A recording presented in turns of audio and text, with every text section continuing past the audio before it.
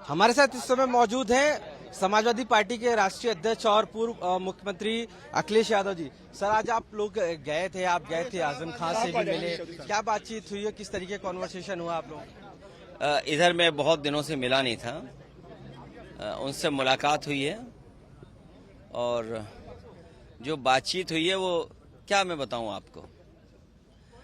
सरकार ने परेशानियां दी हैं और स्वाभाविक है आजम खान साहब और उनके परिवार को जो तकलीफ परेशानी दी, शायद दुनिया में कोई ऐसा लोकतांत्रिक देश नहीं होगा जहां पर एक नेता के परिवार को इतनी परेशानियों का सामना करना पड़ा हो, इतने मुकदमे झूठे लगे हों।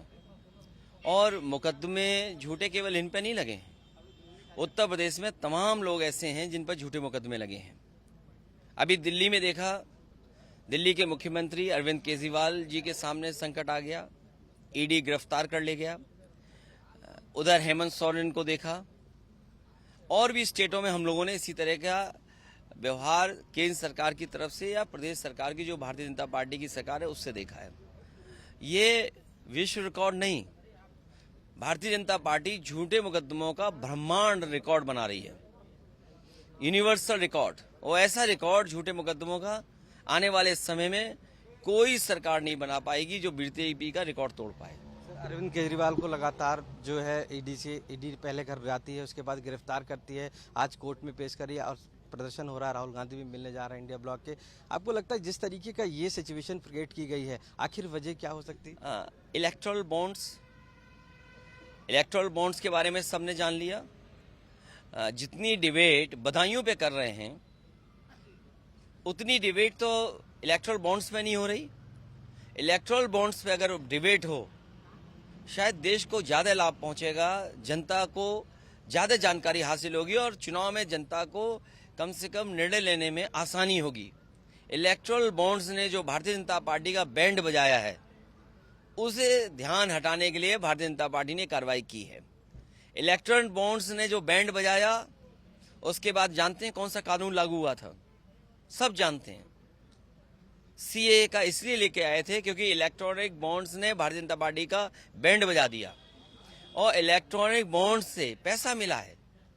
उसमें बाकायदा, मैं नहीं कह रहा हूं ये बात, जो देश के प्रतिष्ठित अखबार हैं क्या लिख रहे हैं वो लोग कि ईडी सीबीआई इनकम टैक्स का दबाव, उसके बाद उन्हें पैसे का चंदा।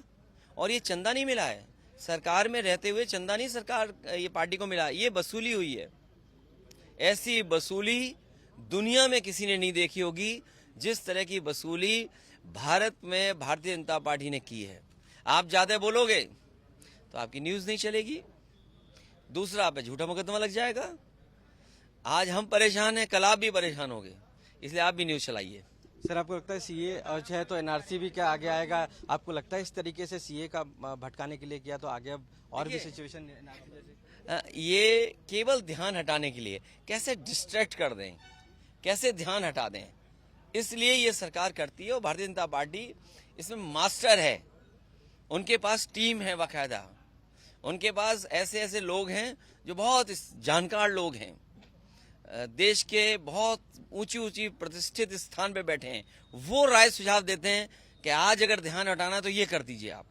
और उसी का उदाहरण आपने देखा कि जब इलेक्ट्रॉनिक बॉन्ड्स की जानकारी आई तो सीए लागू किया गया और उससे जब नहीं चला तो उन्होंने कहा कि इसको इतनी बार बुलाया था ईडी ने, ये दिल्ली के मुख्यमंत्री नहीं आ रहे, इनको गिरफ्तार कर लो। जो इलेक्ट्रोल बॉन्ड्स ने बीजेपी का बैंड बजाया है उससे बचने के लिए और चुनाव में जनता का ध्यान हटाने के लिए काम कर रहे हैं। अगर राष्ट्रवादी सरकार भारतीय जनता पार्टी है तो इतना कैसे मिल गया बताओ? वैक्सीन जबरदस्ती लगाया जा रहा था सबको।